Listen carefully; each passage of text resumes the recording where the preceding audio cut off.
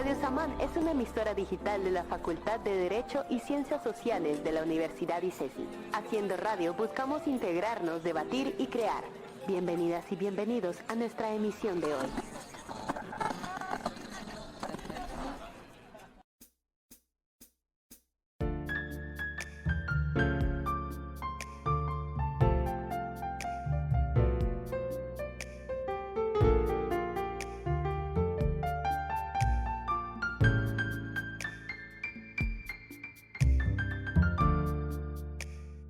Afroclío, un podcast para dialogar sobre la diáspora africana con perspectiva histórica.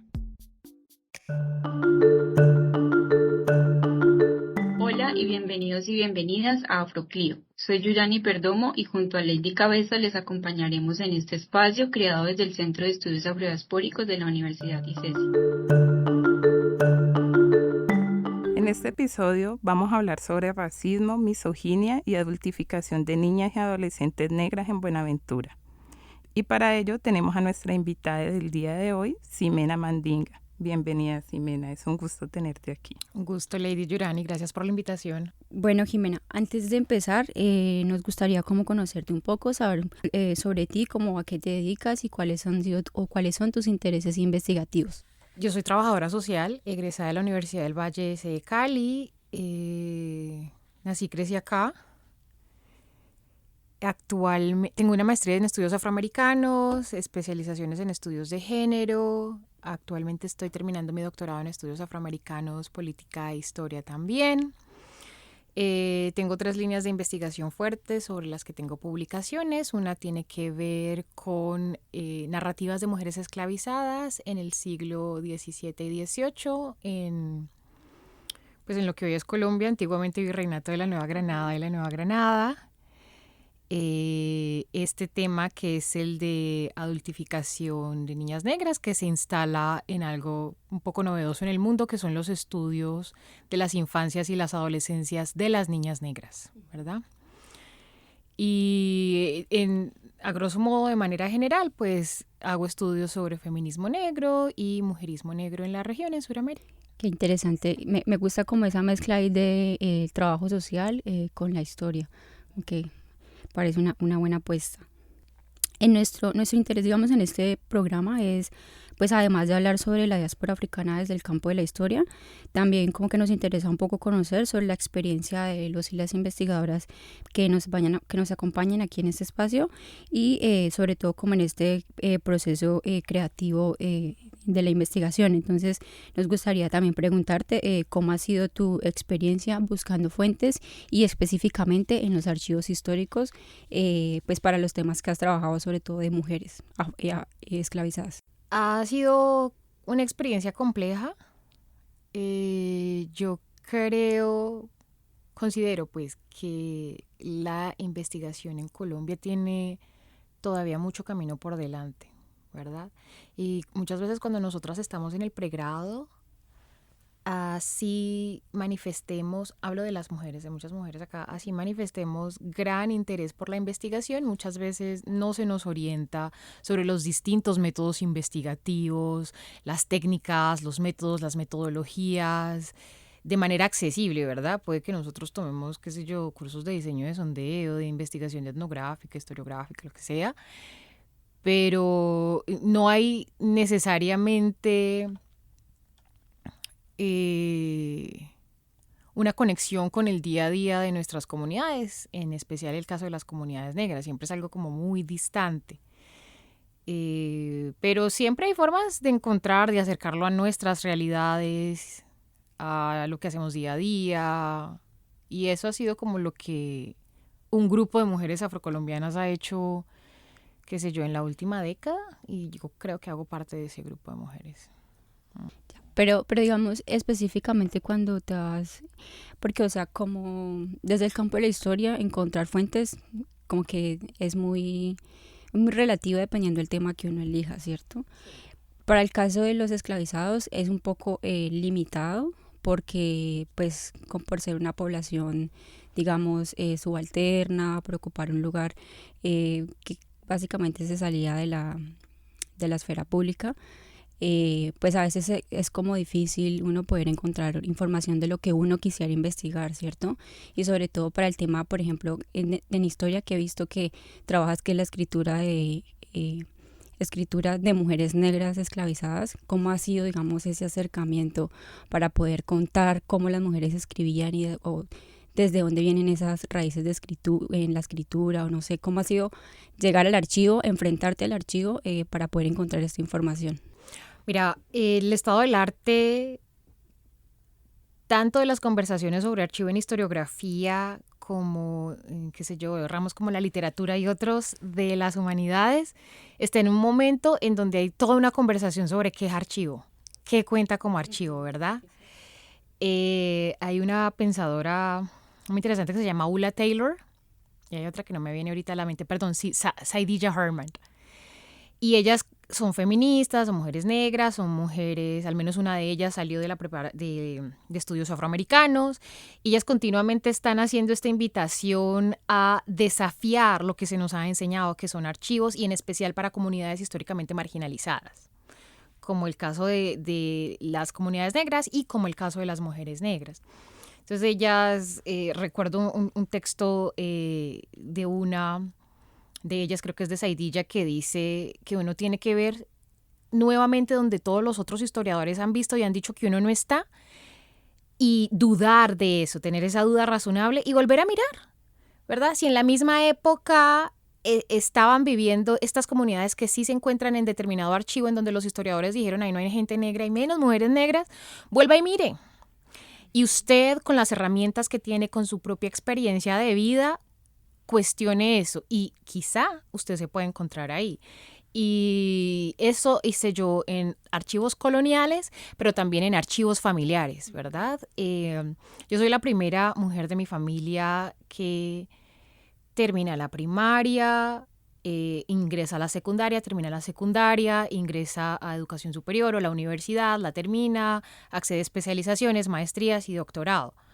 También soy, qué sé yo, tercera generación que habla español, porque en mi familia hay gente afro y gente indígena, y de la región específica en el Pacífico que son, se sabe que no hablaban español, entonces ellos te cuentan. Entonces la mamá de mi abuela no hablaba español. Mi abuela es la primera que habla español.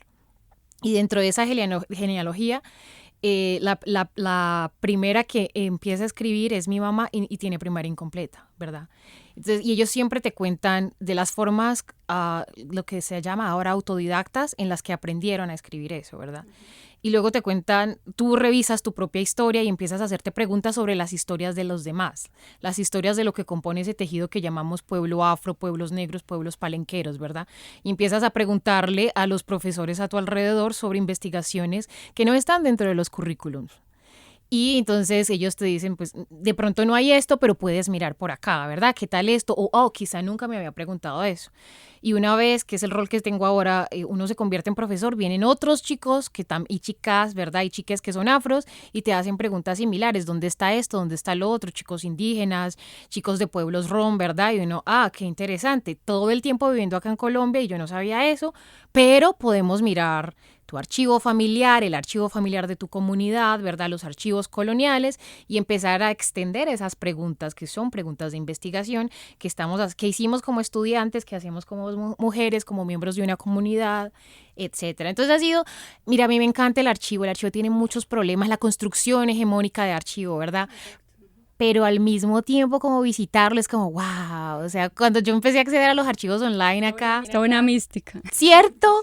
Y como que cuando uno encuentra mujeres, pues lo que uno busca, ¿no? Mujeres, hombres negros, lo que sea, y contando vainas, y uno le es como wow, esto pasaba. Como cuando uno encuentra esos casos de gente que, qué sé yo, y Lady que está acá sabe muchísimo de eso, que en el siglo 18, en los 1700, estaban pidiendo la libertad de sus hijos y pidiendo mujeres libertas que habían accedido a cartas de libertad en determinados procesos, que sus hijos vengan con ellas también. Entonces uno dice, claro, como yo soy trabajadora social, desde otro momento histórico, por supuesto, pero yo digo, ¿qué tal que estos sean los antecedentes de disputas, cierto, sobre maternidad y paternidad? Todo ese tipo de cosas es como, ¡oh! Y no, ha sido muy interesante. La primera vez que yo estuve, por ejemplo, en el archivo de Indias en Sevilla, en España. Entonces a uno le tienen que dar unos papelitos para que uno entre y unas autorizaciones. Y te dan toda la explicación. Entonces yo les pregunté, me decían, ¿qué vienes a buscar? Y yo, unos documentos sobre mujeres así, así. Me decían, ¿mujeres qué? Mujeres negras. Eso no está acá. Entonces yo, pero espérate, hablas con el director a ver si él de pronto, entonces uno sube pisos y habla con el director y el director me dice, ¿qué estás buscando? Y yo le dije, estoy buscando esto y esto, pues él con su acento español y yo con mi acento de colombiana afro de Cali. Me dice, eso acá no está, pero vaya usted y busca a ver qué. Efectivamente, sí. Entonces, claro, y a veces cuando uno encuentra algo que todo el mundo le ha dicho que no está, que no estaba ahí, que los historiadores han afirmado, pues que no. Y uno hace la pregunta y encuentra indicios y vainas, uno grita, uno se emociona de una manera. Y no, pues ha sido, para mí ha sido emocionante. No por ello menos duro o tensionante, pero al mismo tiempo emocionante. Sí, y no hay como uno comprobar con sus propios ojos qué hay y qué no hay. Pues desde la mirada de uno, ¿no? Como no quedarse con, no, aquí eso no está, eso no existe, no se ponga a buscar en lo que no va a tener futuro. Muchas veces a uno le dicen eso cuando uno propone como lo que uno quisiera investigar, es como que lo limitan un montón.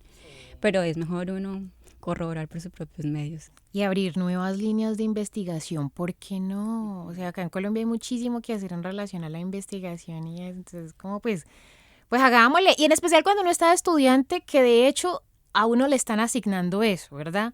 Haga preguntas, cree, investigue a ver qué métodos existen. De hecho, hay muchas posibilidades de proponer métodos, ¿verdad? Y construir nuevas metodologías a partir de eso. Entonces pues hagámosle, a ratos no hay nada que perder. Antes uno la pasa riquísimo haciendo investigación, haciendo preguntas, cuestionando.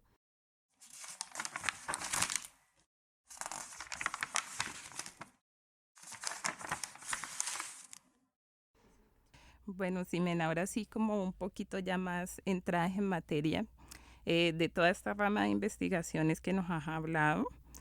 Quisiéramos, o más bien tú quisieras compartirnos hoy aquí la investigación que desarrollaste y que gira en torno al racismo, la misoginia y la adultificación de niñas y adolescentes negras en el Pacífico, específicamente en Buenaventura. Entonces queremos preguntarte cómo llegas tú a este tema. Yo creo que eso está muy conectado con nuestra propia historia de vida. Mi historia de vida personal, la historia de vida de mi familia, de nuestras comunidades, la negación activa de líneas de pensamiento que contrarresten la violencia hacia las niñas, las adolescentes y las mujeres negras. Y aquí voy a citar a una amiga pues que yo aprecio mucho, que es Lucero. Y yo recuerdo que Luce me contaba muchísimo, una socióloga de la memoria fantástica, que a ella continuamente le decían que el feminismo negro en Colombia no existía. Y ella hablaba de feminismo negro con inquietudes investigativas, con experiencia propia, y acudía a ciertos círculos académicos en donde se suponía que tenían que potenciar estas inquietudes de investigación, ¿verdad? Y nutrir, sabiendo ella viniendo de una comunidad donde esto existe como práctica, donde existe como forma de defensa, y le decían que no existía. Con el tiempo notamos que no era un caso exclusivo, que era en este momento quizá no, pero en ese momento sí, estamos hablando de hace 10 años. Casi una norma que le decían a uno en la escuela, en las diferentes academias acá en Colombia y en Cali, que no existía tal cosa como un feminismo negro o mujeres negras pensándose líneas feministas. Entonces eso va a estar por un lado, ¿verdad? Pero por el otro van a estar historias de vida continuas de mi familia, que es migrante del Pacífico, a Cali, de mis pares, de mis compañeras y de mí misma, ¿verdad? Yo fui una niña y una adolescente que tuvo que sufrir adultificación, diferentes formas de acoso sexual, de violencia, y a la que tanto su comunidad como comunidades externas, estoy hablando de nuestra comunidad afro que tanto amamos, pero también comunidades externas, pues los mestizos u otras comunidades con las que nos relacionamos, que le piden a uno que guarde silencio o que normalice o naturalice expresiones de violencia sobre nuestros cuerpos, ¿verdad? Que carguemos con ciertos esfuerzos comunitarios y que esas cargas y esos esfuerzos se comprometan también con unos silenciamientos de cosas que nos pasan. Entonces, por ahí llegué a eso. Bueno, en el digamos, en la investigación que tú hiciste sobre el tema de racismo, misoginia y identificación que publicaste, o sea, encontré algo como muy pues interesante, pero a la vez como muy fuerte, que fue el mensaje que encontraste, que te llegó a WhatsApp, algo así, de... Era un grupo armado. Sí. Sí. Se supone, creo que eran paramilitares. De las AUC, ¿no? Algo así, sí. ¿Cómo fue ese...? Bueno, entiendo que después de ese mensaje como que empezaste como a analizar el contexto y lo que estaba pasando. Cuéntanos un poco cómo fue esto del mensaje, cómo llegaste ahí. Sí, entonces en ese momento yo ya estoy metida en archivos, ¿verdad? Haciendo trabajo de archivos, estudiando mi doctorado, ya estoy afuera de Colombia. Pero antes de irme de Colombia yo había trabajado con una alianza temporal en Buenaventura, en un programa de primera infancia. Entonces yo iba a las casas de la gente y caminaba. Y antes de esto, como mi familia, parte de mi familia todavía está en Buenaventura, familia está regada en varios lugares del Pacífico, al menos en 2. Entonces yo visitaba desde niña, desde que tengo por ahí 8 o 7 años, me han llevado a Buenaventura, ¿verdad?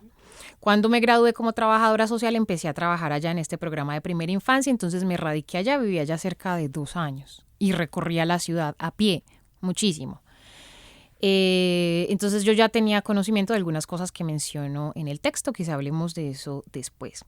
Pero en 2017, que estaba lejos de ese contexto, en un lugar donde estas cosas no pasan de la manera en que pasan en Colombia, me refiero a amenazas y abusos sobre ciertos cuerpos, abuso hay en todo el mundo, pero pues de esta manera, ¿verdad? Grotesca. En 2017 hubo unas denuncias que hicieron mujeres negras muy jóvenes sobre abuso sexual. Muy fuerte fue eso. Y hicimos unos grupos y dentro de esos grupos de mujeres que hablábamos de este tema, que lo destapábamos, empezó a circular el mensaje que les había llegado a mujeres que vivían en Buenaventura. Después de eso, familiares míos me mandaron el mismo mensaje de WhatsApp que había empezado a circular en la ciudad. Y era un mensaje, pues, que lo que decía era eso, que las chicas de 15 años no debían estar en la calle, que si lo hacían corrían el riesgo de ser abusadas sexualmente. Y en ese momento sí como que me hizo clic muchas otras cosas muy puntuales en relación a las niñas y a las adolescentes negras en este lugar específico de las que no se habla. Hay un espacio ahí muy grande en donde se ataca no solo el territorio, ¿verdad?, la ciudad de Buenaventura, sino el cuerpo territorio de las mujeres negras, pero además este lugar específico que tiene que ver con cómo se nos educa y para qué se nos educa como niñas, como adolescentes, como mujeres negras. Entonces en ese momento yo dije, nosotras somos un conjunto de mujeres que estamos haciendo muchas cosas por las mujeres, tenemos que mirar los orígenes, ¿verdad? Como mujeres negras, desde cuándo a nosotras nos empiezan a pasar este tipo de cosas y por qué y cómo, y dónde están los registros de eso, ¿verdad? Lo que hablábamos ahorita, dónde están los archivos, dónde está la evidencia de que esto nos está pasando, porque pues muchas veces en juntando vainas, ¿no? Tanto en historia como en ciencias sociales, trabajo social, también te piden cuál es la evidencia de eso. Entonces yo dije, bueno, hagamos un ejercicio pequeño, porque esto es un ejercicio pequeño como sea, de pensar en qué nos está mostrando esta evidencia que hay aquí, qué nos dice este mensaje de WhatsApp, estas entrevistas, esto que están diciendo estas niñas, ¿verdad?, sobre su propia infancia y sobre su adolescencia en un lugar como Buenaventura, donde las personas somos, ¿verdad?, mayoritariamente afros. Respecto a eso, ¿crees que podríamos como hablar aquí sobre cómo se manifiesta o se manifestó, si lo crees, el racismo y la misoginia y la adultificación en las niñas y jóvenes negras de Buenaventura? ¿Cómo se expresó esto en las niñas? ¿Como por medio de qué lenguaje? No sé, ¿qué tipo de práctica pudiste observar? Volviendo al artículo, ese artículo está centrado, que fue publicado pues en la revista El Intelectual Negro o The Black Scholar en Estados Unidos. Lo que yo hago es que tomo este mensaje de WhatsApp, mi propia experiencia como trabajadora social y la serie de entrevistas pues que se habían hecho y de trabajo que había hecho ahí, ¿verdad? Digamos, la información y las alianzas que había hecho con mucha gente de la ciudad y mi experiencia en archivos para empezarme a preguntar cuáles son las primeras historias de niñas y adolescentes negras, racializadas como negras, ¿verdad?, y sexoclasificadas como niñas y como adolescentes en Colombia. Y bueno, y si Colombia antes no se llamaba Colombia, sino que se llamaba de otra manera el territorio que hoy habitamos, entonces eso, ¿cuáles son los primeros archivos que tenemos, la primera evidencia de lo que fue la vida de las niñas negras en la Nueva Granada, ¿verdad? En el Virreinato de la Nueva Granada, ¿qué nos están diciendo? Y claro, entonces empecé a preguntarme eso, a preguntárselo a los archivos, a profesores, a la misma gente de las comunidades. O sea, ¿ustedes cómo creen que fue la infancia, la historia de las primeras niñas negras que habitaron este territorio, que fueron clasificadas así, ¿verdad? O adolescentes y eso. Y cómo eso quizá nos diga algo de nuestra propia historia contemporánea. No es exactamente igual, seguramente, pero algo tiene que decirnos o revelarnos. Entonces junté eso, ¿verdad? O sea, empecé a mirar desde adelante para atrás, que es lo que hacemos muchas veces, ¿verdad? Desde historia. Entonces, ¿qué tenemos aquí adelante? Este mensaje tan grotesco, por un lado, tenemos continuamente y dolorosamente y este es pues como una prevención aquí, como un warning, pero eso pasa todo el tiempo. Tenemos por un corto periodo de tiempo en las noticias, cuerpos de niñas negras todo el tiempo abusados sexualmente, despedazados y dejados en lugares, ¿verdad?, para que sean recogidos. Nosotros tenemos historias muy duras, inmediatas, de un día, de otro, indignación inmediata, ¿verdad? Pero no hay un estudio más profundo de qué está pasando ahí. Y Buenaventura es una ciudad que pone tristemente muchos de esos cuerpos. En mi ejercicio como trabajadora social yo ya había encontrado eso también continuamente. Y tenemos unas narrativas con las que estamos como muy cómodos como sociedad. Siempre, en términos generales, son las mujeres las culpables, pero en el caso de las niñas y las mujeres negras, es una cosa que va como un poco incluso más allá. Es como que la sociedad ha puesto nuestros cuerpos en un lugar que nosotras ni siquiera podemos hablar de eso, de verdad, de la forma como hay unas agresiones físicas para casi a las que se nos prepara desde chicas para normalizar. Entonces ahí empecé a mirar qué había en los archivos. Obviamente el tema de esclavitud y esclavización apareció, el tema de compra y venta, pero además apareció muy fuerte este tema del valor del cuerpo de las mujeres negras y por qué cómo se le asignaba valor y cómo se lo devaluaba, ¿verdad? Y encontré un valor muy asociado a la capacidad de poder producir cuerpos, a todo este tema de la sexualidad y de la hipersexualización, ¿verdad? Dentro de unos sistemas, lo que llaman pues las feministas norteamericanas la matriz de dominación, en donde se inserta un cuerpo que se espera que produzca otros cuerpos, en donde se le quita toda la capacidad o se intenta quitarle toda la capacidad de autonomía, de decisión. Y cómo eso, a pesar de que se ha decretado la abolición de la esclavitud hace 172 años, 71, eso va a tener un impacto todavía en los cuerpos de las mujeres negras y de las niñas negras, ¿verdad? Que eso encontré en los archivos, ¿verdad? Que estos fueron unos cuerpos que en muchos casos a lo largo del territorio que hoy habitamos, entre los siglos XVII y hacia adelante, quizá antes, fueron forzados a parir desde la primera menstruación, ¿verdad? Fueron insertados en lógicas de capitalismo racializado, de sexualidades e hipersexualidades forzadas. Se niega yo sé que la idea de niño niña es muy reciente en la historia humana, que no existía, pero nosotros siempre que pensemos en eso tenemos que pensar que en el caso de las mujeres negras además está esta historia de la esclavitud sobre las comunidades. Entonces todos esos ejercicios ahí es como y empecé pues a analizar pues sí, como bueno, ¿qué hay aquí? ¿Cómo podemos mirarlo? De manera más contemporánea, pues el rol de instituciones como Profamilia u otras, ¿verdad?, que no tienen realmente una perspectiva histórica sobre comunidades en las que están muy presentes. Entonces hay explicaciones inmediatistas frente a ciertos fenómenos, abro comillas. No es que las mujeres negras tienen muchos hijos porque les gusta. Entonces se desconecta completamente de una historia en donde nuestros cuerpos han sido forzados a producir específicamente ciertas cosas. Entonces, claro, y hablando de este tema, pues ya más específicamente aterrizado a la pregunta que me hacías sobre el racismo, la misoginia y la adultificación, se expresa muy relacionado al tipo de condiciones sociales que se le proveen a estas generaciones, y vamos a hablar específicamente pues a partir de que se abole la esclavitud en Colombia. Entonces, cuando uno empieza a preguntarse cuáles son las condiciones para garantizar una humanidad, una calidad de vida humana, digna. ¿Dónde están las escuelas? ¿Dónde están los centros de salud? Yo sé que empezamos a hablar de derechos de los niños y las niñas más recientemente, o sea, después de los 80, pero es eso, o sea, ¿dónde están todos los lugares en donde la humanidad de estas chicas, niñas, adolescentes y luego mujeres pueda florecer? Entonces uno se encuentra en que nunca han estado. Nunca han estado para la comunidad en general, pero al estar en unas condiciones tan fuertes de vulnerabilidad, las niñas, ¿verdad? Porque dependen de un entorno que pueda proveerles algo que no puede proveerles porque el Estado no lo provee, ¿verdad? Porque no hay cómo acceder, digamos, a estos derechos básicos y mínimos. Entonces se empieza a recargar no solo sobre toda la comunidad, sino sobre ella unas exigencias particulares súper fuertes.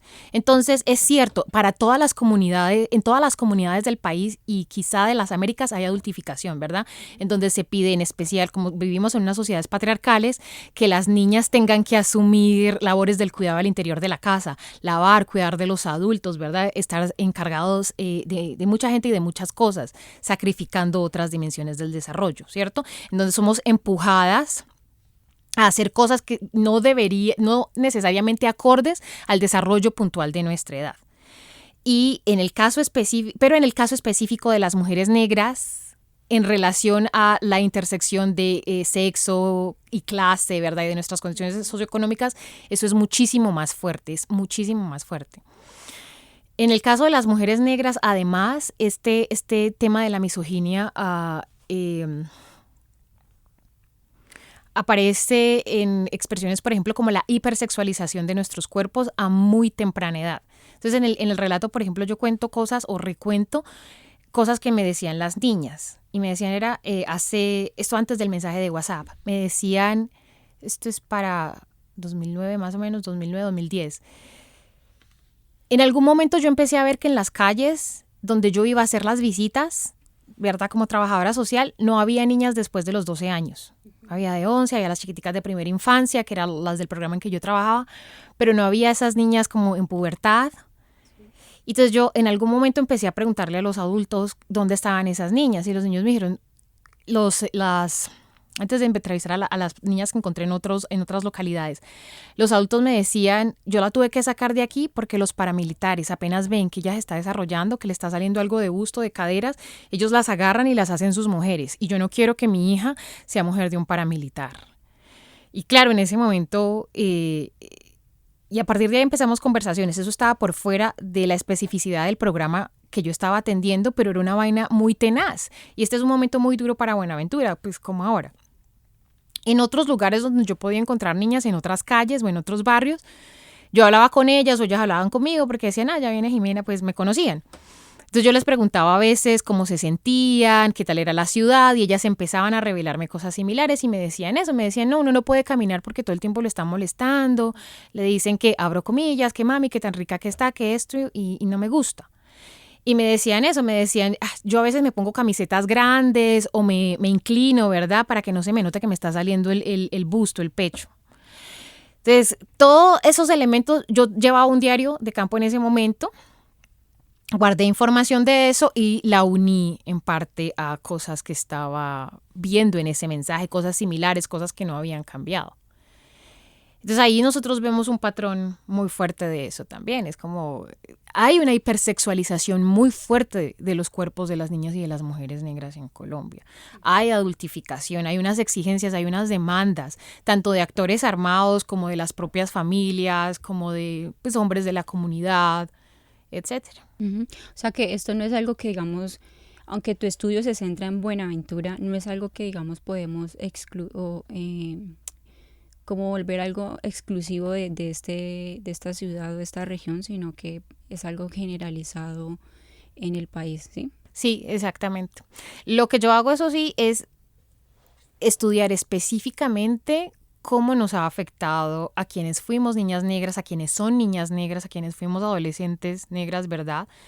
Y a las mujeres negras. Pero me centro en ese grupo en especial porque hay una grieta. Hay una grieta que necesita mucho estudio, mucha atención, que necesita recursos. Y como yo te decía inicialmente, pero además, y esto lo dice otra pensadora que es Kimberly Crenshaw, nosotros estamos tan cómodas con ciertas narrativas como sociedad. Y estamos muy cómodos con la narrativa de que las mujeres negras tienen muchos hijos porque quieren y son pobres porque quieren, uno. Estamos muy cómodos con narrativas como las mujeres negras son hipersexuales, son calientes, las niñas negras, ellas se lo buscan. Acá se cree que las niñas abusan de hombres mayores y ancianos. Que las niñas van y buscan eso. Que son brinconas, busconas, sí, o ese estereotipo de que termina siendo la mujer revictimizada, básicamente. Tal cual, y más en el caso de las niñas. Y tenemos mucha disonancia cognitiva frente a eso también, porque muchas de nuestras ancestras, de las generaciones de mujeres anteriores han sido abusadas y les cuesta mucho ver un momento. Este es un momento interesante porque las chicas más jóvenes se han revelado y han develado que hay pautas normalizadas en la sociedad y naturalizadas de abuso que no deberían ser normales. Y eso incomoda que te digan, no hay ninguna niña de 12 años que tenga el poder suficiente para abusar a un hombre de 36 años. Y no es cierto que una niña afro de 12 años es tan caliente e hipersexualizada que obliga a un hombre de 40 años a ser su pareja. Y nosotros tenemos un lío gigantesco aquí también en la normatividad, porque es que acá la norma te dice que si vos a los 14 años, ¿cierto? Y todos sabemos eso, que si a los 14 años la persona, la chica, decide que se quiere ir a vivir con un hombre de 50 años, eso está bien. Entonces, claro, hay límites desde la parte jurídica normativa, hay límites sociales, hay límites familiares, hay una situación económica muy fuerte también. Entonces, hay muchos elementos sociales que hacen como coerción, ¿verdad? Y otra vez, entonces lo más fácil es decir acá, no, es la chica. El problema es la niña o es la chica. Ella lo sedujo, se puso un short. Cosas así como tan irracionales, entonces como se puso un short y es como, exacto, y es como, pero así no podemos avanzar como sociedad. Nosotros sabemos que tenemos que garantizar unos derechos, hablar. Además está la otra parte, como una persona formada con una estructura de la personalidad ya completa a los 25, 30, 50 años se va a meter con una chica entre los 12, los 14, los 15 años y nosotros como sociedad vamos a decir, ok, eso está bien. Ella puede elegir. Sí, y ahí en esas relaciones hay unas diferencias como de poder muy drásticas que influencian mucho en, o sea, básicamente conductúan, no sé cómo es la palabra, a las niñas, pues porque digamos un hombre, no sé, que le doble la edad, pues tiene mucho poder, mucha influencia sobre la niña y le va a impedir, digamos, incluso tomar decisiones por sí misma, y ella puede pensar que está bien y que no está en una situación pues como tan desequilibrada como digamos en realidad está ocurriendo, ¿cierto? No es así, es un condicionante, exacto, y está ahí. Es muy interesante porque nosotros hablamos en esta era ya, ¿verdad?, de los derechos de los niños y las niñas, y son básicos, al vestir, al nombre, al apellido, a la educación. Hay entornos en nuestra sociedad, y muchos de esos entornos son entornos afro, en donde la única garantía de esos derechos, y nosotras sabemos un poquito mejor que eso no es garantía de derecho, pero el único acceso quizá a esos mínimos está dado por la hipersexualización del cuerpo de estas niñas y porque viene un adulto abusador y le dice, yo te voy a vestir, yo te voy a dar salud, yo te voy a dar educación, yo esto y lo otro, mándemela para acá. Y hay una complicidad social en eso, porque nosotros como sociedad sabemos, eso es una pauta pedófila en nuestra sociedad, ¿verdad? Y nuestra sociedad tiende a comulgar con eso. Pero ¿por qué? Si eso debería ser una labor del Estado, de la familia, de las instituciones. Pero claro, las mismas instituciones nos enseñan todo el tiempo que las mujeres, desde que somos niñas, tenemos que aprender a desear hombres mayores, y que los hombres mayores tienen que buscar, mientras más adultos, chicas más jóvenes. Y claro, y va a ser muy difícil que nosotros rompamos la pauta mientras sigamos creyendo eso. Entonces, claro, uno habla con chicas y dice, no, es que yo ya soy más madura. No, usted no es más madura. Usted la están madurando a la fuerza, la están adultificando, ¿verdad? Y no es que un hombre más mayor es más maduro como yo y todo eso. Estoy aquí hablando comillas de cosas que me dijeron, no, usted no. Y claro, y uno se encuentra estos tipos que deberían tener la educación suficiente para decir, no, usted es una pequeña, usted es una niña, hablar con los diferentes entes, con familia, pero no, uno encuentra ese tipo de relaciones ¿verdad? Y cuando uno denuncia o dice algo, entonces uno es una vieja amargada, porque está esos otros lugares para las mujeres, ¿verdad? Que cruzamos los 30 años.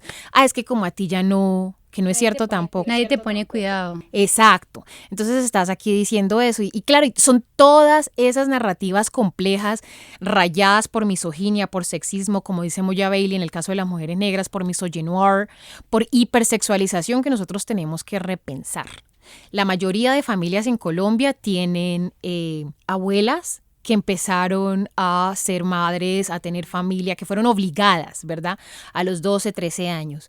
Madres en situaciones similares. Y continuamente, o sea, la norma social del patriarcado es que las mujeres, en relación a lo que tú mencionabas ahorita, del poder, sean mucho menores que los hombres. Sí, yo creo que cada persona en su familia tiene una historia de una tía o una prima que se casó a los 12, 13 años con un señor de 60.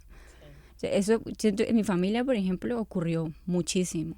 Entonces, como que esas prácticas, yo las veo, como que me cuentan eso y yo como, Dios mío, eso es una locura, eso, yo no podría haber soportado eso, pero igual eso sigue pasando, es como lo grave y como que la sociedad no dimensiona mucho. Sí, hay algo que nosotros tenemos que desnaturalizar y afortunadamente en este momento hay movimientos, hay gente que está hablando. A mí me da mucha risa cuando algunas compañeras feministas de feminismos un poco más hegemónicos, vamos a decir, dicen, no, yo sé que el feminismo murió en la tercera, segunda ola. O sea, eso que están haciendo ahorita es absolutamente ridículo, eso no es nada, no tienen agenda, no son serias. Y claro, yo me pongo a pensar, ¿no será? Y yo siempre se los digo, ¿no será que nosotras hemos naturalizado tanto que pensamos que ya no hay nada que hacer?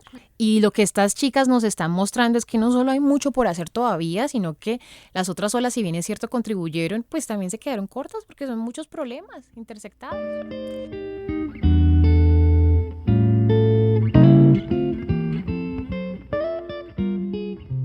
Bueno, Ximena, los que nos dedicamos o las que nos dedicamos a estudiar la diáspora africana y más a enfrentarnos a estos archivos, como tú ya lo mencionabas, encontramos múltiples historias de mujeres esclavizadas que se resistieron a esas condiciones impuestas y que lucharon por su dignidad y la de sus hijos e hijas.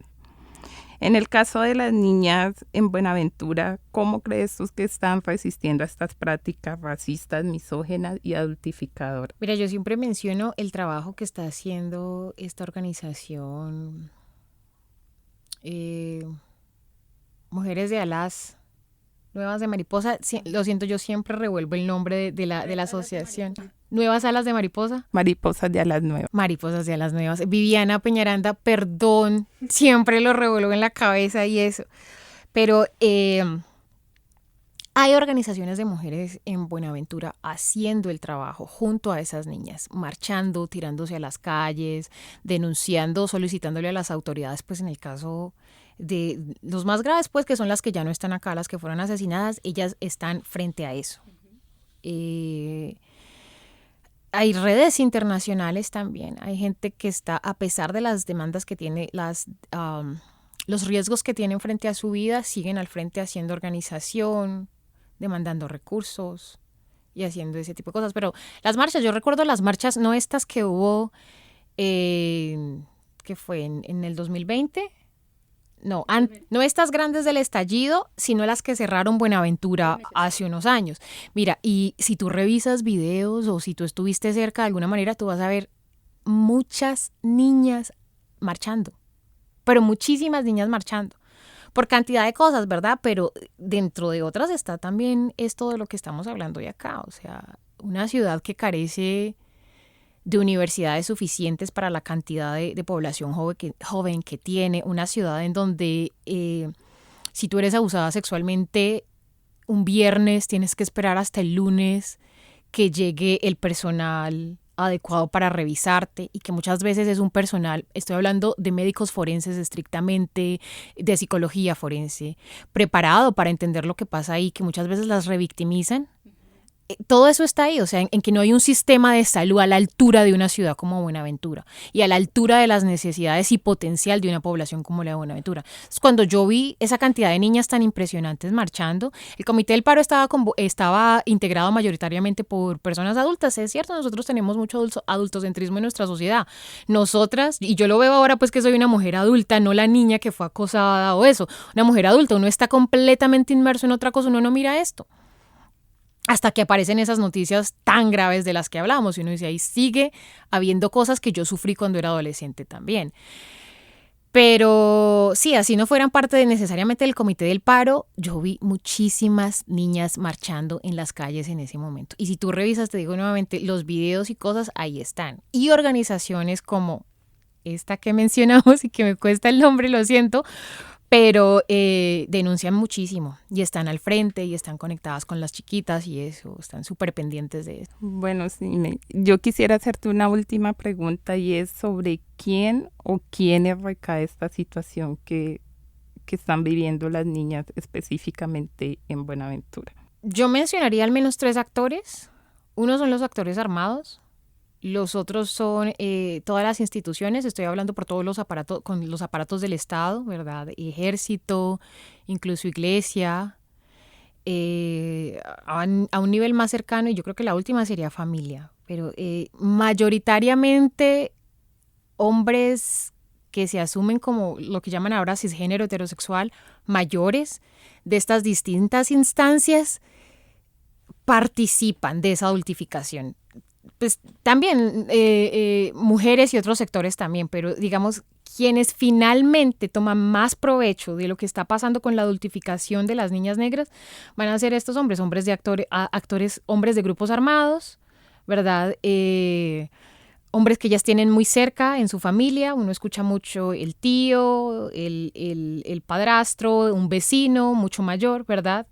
Y sí, yo creo que en relación a eso, pero en general, después, digamos, estos 3 son los que yo he identificado como más activos, pero la sociedad como tal está fallándole a la educación de las niñas y las adolescentes negras y está fallando en la garantía de sus derechos, pero full fallando completamente. Y lo que se ha hecho históricamente es culparlas de cada cosa que se le pide. Nosotras vivimos en una sociedad en donde los perpetradores... La sanción social nunca es para el perpetrador, la sanción social es siempre para la víctima y posterior sobreviviente si es que sobrevive. Lo que hablábamos ahorita, siempre es una narrativa hasta absurda, pero está ahí, porque se puso ese chor, porque no salió, porque no durmió más temprano y no hay un cuestionamiento fuerte y es porque nosotras y nosotros y nosotres interiorizamos lo que la sociedad nos dijo y es que no, pues usted no se va a aliar con la persona que está siendo debilitada continuamente. Mire al poder, apoya al poder y vaya hacia allá. Entonces siempre el perpetrador es premiado, se busca una excusa para justificarlo, mientras que a la persona víctima o sobreviviente se le dice que es la culpable de su propia tragedia. Y es pesado, y muchas veces se la reduce incluso a ese lugar pequeño de víctima o de sobreviviente o grande y no se le permite seguir desarrollando sus otras dimensiones. Uno, y lo otro es que como estos temas son tan dolorosos.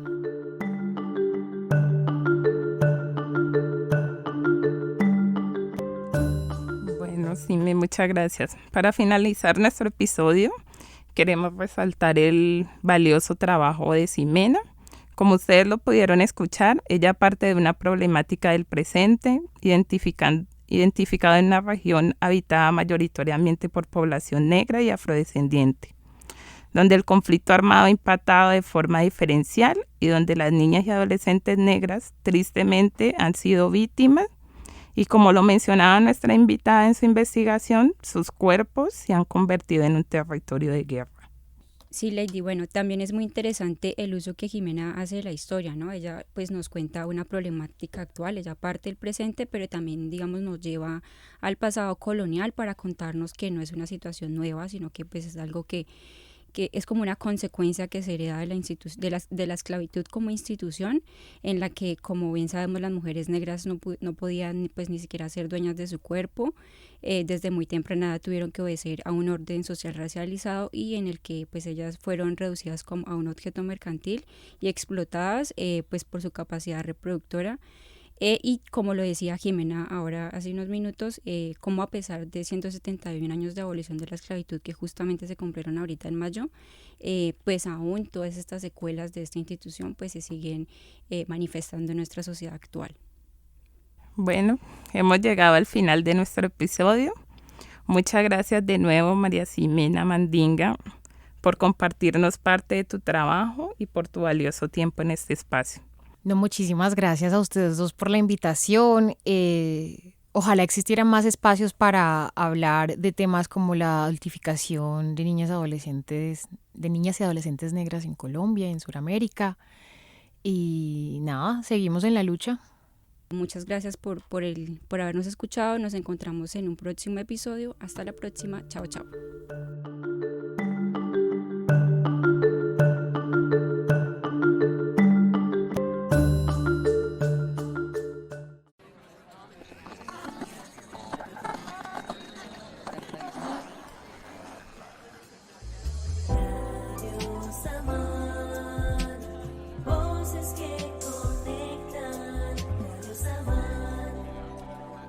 Radio Samán es una plataforma radial de la Facultad de Derecho y Ciencias Sociales de la Universidad ICESI. Sigue nuestras transmisiones de lunes a viernes por YouTube en www.youtube.com/c/Radio Samán o encuéntranos solo como Radio Samán. Para más detalles de la programación y la plataforma, estamos por Instagram en @radio_Samán. Bienvenidas y bienvenidos a nuestra emisión de hoy.